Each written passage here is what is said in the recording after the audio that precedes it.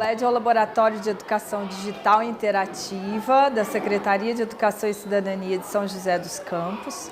Ele funciona com salas equipadas com os equipamentos similares aos existentes nas escolas. Porque, na realidade, os professores eles precisavam de novas estratégias de ensino. E essas novas estratégias precisavam estar conectadas aos meninos que hoje são muito digitais. Quando a gente oferece a capacitação voltada para usar uma informática básica, para fazer downloads de vídeos, de edição, fazer com que eles percebam que a tecnologia vem para acrescentar. Então esse é um ganho muito significativo. E saber utilizar a internet de modo ético, qualificado, isso tudo vai fazendo com que ele se envolva nesse mundo contemporâneo, nesse mundo digital. Na faculdade nós não temos preparação prática, para lidar com a tecnologia.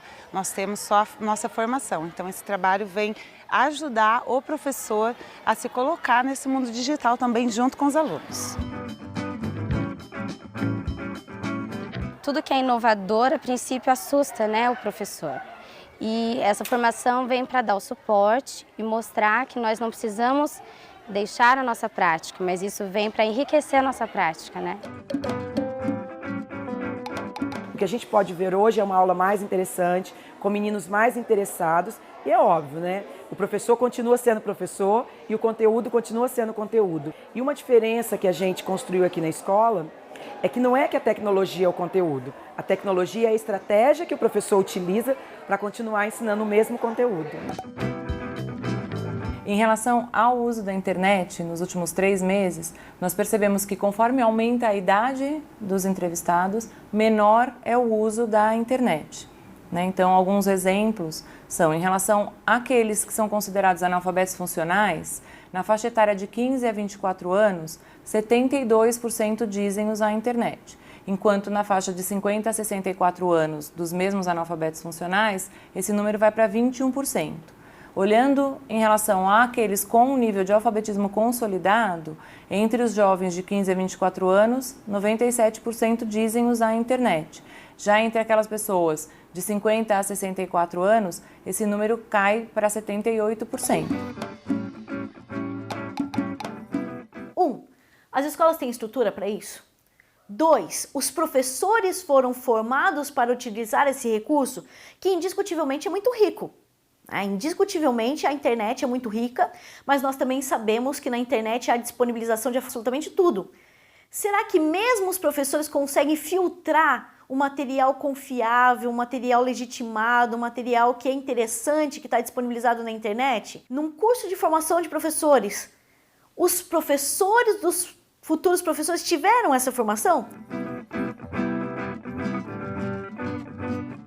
O que eles reclamam muito, com razão, da falta de condição tecnológica nas escolas. E isso não é falta de laboratórios de informática, nem é talvez desejável ou necessário. Basta liberar que os meninos tragam seus celulares, eles compram muito cedo, mesmo sendo de baixa camada social.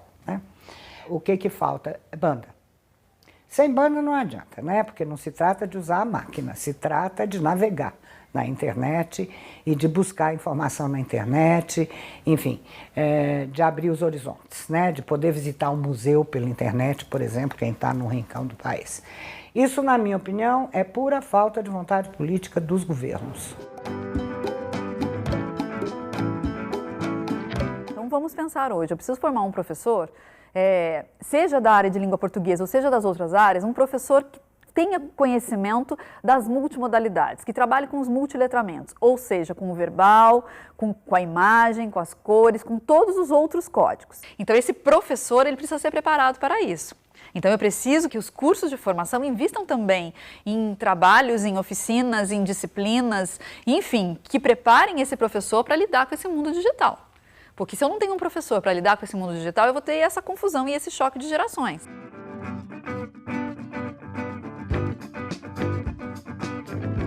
pessoa que tem uma dificuldade na leitura, né, ou analfabeto funcional, ou aquele que tem dificuldade de compreensão de ler, ele tem dificuldade de fazer uma identificação num texto digital, de observar, por exemplo, a totalidade daquele site ou daquela notícia, a data de onde ela veio, como é que quem é o autor daquela notícia, qual foi o contexto daquela notícia, né? Ele tem muita dificuldade na leitura do todo daquele texto. Então ele é facilmente enganado, ele pode ser enganado com mais facilidade do que um leitor que tenha habilidades e que ele tenha esse cuidado, um leitor que tenha proficiência. Em relação ao uso de equipamentos digitais, como o computador, o notebook e o celular, nós percebemos que os analfabetos, 50% deles utilizaram o celular nos últimos 3 meses. E olhando esse mesmo grupo de analfabetos, somente 1% utilizou o computador nos últimos 3 meses e também 1% utilizou o notebook. Tá? Há diferença entre esse acesso nos diferentes níveis de proficiência, né, de alfabetismo. Porém, no celular, existe um destaque em relação ao uso pelos analfabetos.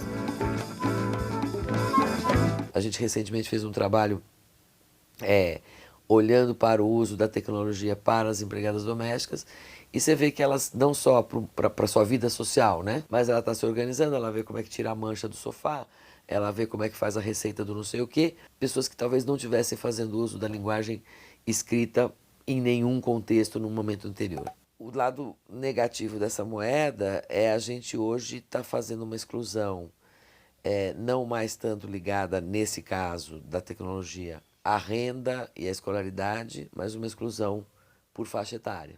E aí a gente olha projetos e propostas de inclusão via tecnologia para os mais jovens, mas eu acho que é bem importante pensar em políticas de inclusão para os adultos mais velhos. Uma das questões feitas pelo INAF esse ano foi em relação ao uso de redes sociais e de aplicativos de mensagens instantâneas. E nós percebemos que nos principais aplicativos e redes que nós temos hoje em dia, não há diferenças significativas em relação aos analfabetos funcionais e aos de alfabetismo consolidado, e a mesma coisa em relação às faixas etárias. Não há diferenças significativas. Um desses aplicativos de mensagens instantâneas, por exemplo, nós percebemos que entre os analfabetos funcionais tem um uso de 86%, e entre os de alfabetismo consolidado, 96%, não mostrando grandes diferenças. E principalmente nesses aplicativos de mensagens instantâneas, nós imaginamos que ele tem um uso elevado, mesmo por aquelas pessoas consideradas analfabetas funcionais, pela facilidade de gravar mensagens de áudio, o que facilita a comunicação mesmo para aquelas pessoas que têm dificuldade na escrita. Quando a gente fala de alfabetismo, fake news e, eventualmente, pessoas terem acesso a informações com as quais elas não conseguem lidar direito, isso leva a gente para uma das questões mais importantes do processo da alfabetização, que é o fato de que quando você se alfabetiza, você não só passa a dominar determinados códigos de comunicação, como você também estrutura a sua arquitetura mental de pensamento. Uma sociedade com menos letramento é uma sociedade mais sujeita à influência externa de pessoas que podem e mensagens que podem ter uma preponderância, ter uma relevância num contexto em que há muita gente que não está preparada para questionar, para interpretar, para decupar as informações. O que nós queremos é desenvolver habilidades e competências de leitura. Eu quero um leitor proficiente, um leitor crítico. Um leitor crítico, ele sabe analisar, um leitor crítico sabe comparar, um leitor crítico sabe investigar, ele cruza fontes, ele busca dados, ele não se deixa enganar pelas imagens, pelo aquilo que ele vê de imediato. Ele é um leitor investigativo. Eu seleciono o que eu quero para mandar para lá. Não posso soltar antes. Eu quero só essa informação. Ela veio para cá. Os professores não são nativos digitais, né? Os alunos sim. Então, quando ele traz a tecnologia, para o aluno é familiar. Então, acaba tendo mais interação, mais envolvimento. Existe ainda a ideia na sociedade e muitas vezes na escola, nos gestores, que tudo que você vai usar da comunicação é diversão e que diversão não pode. Existe uma incompatibilidade, eu não posso aprender também me divertindo. O uso de tecnologia na escola, ele também motiva o aluno a estar indo assistir aquela aula, ele sabe que o professor vai estar usando um aparato diferente do convencional, do tradicional, e a gente sabe que muitos dados indicam que o índice de evasão, ele é influenciado pelo uso ou não dos recursos de uma escola. Eu tenho os discursos que, mesmo que a escola não queira, os discursos midiáticos estarão lá, os professores estarão discutindo, os alunos estarão discutindo, não é isso? Preciso lidar com os vários dispositivos, passa por essas questões muito complexas. As pessoas mais velhas têm vergonha de aprender e mostrar que não sabem, principalmente quando você está falando de professores. O professor, historicamente, a representação social do professor é aquele que sabe. Como é que ele vai mostrar na frente do aluno dele que ele não sabe? Pensando que o nosso mundo ele vem se transformando constantemente, né?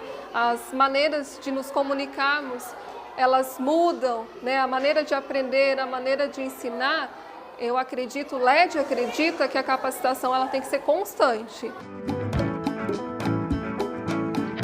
Tem que pensar como metodologia de ensino hoje, como é que ele mostra, como é que a escrita é estruturante, né, para qualquer coisa que seja multiletrada. Eu acho que os alfabetismos, né, ser capaz de ler um texto escrito, interpretá-lo, criticá-lo, eu diria mais até que os alfabetismos mínimos, né, os alfabetismos mais exigentes, mais qualificados, são muito necessários, inclusive para você poder criticar o arranjo feito nas outras linguagens, né?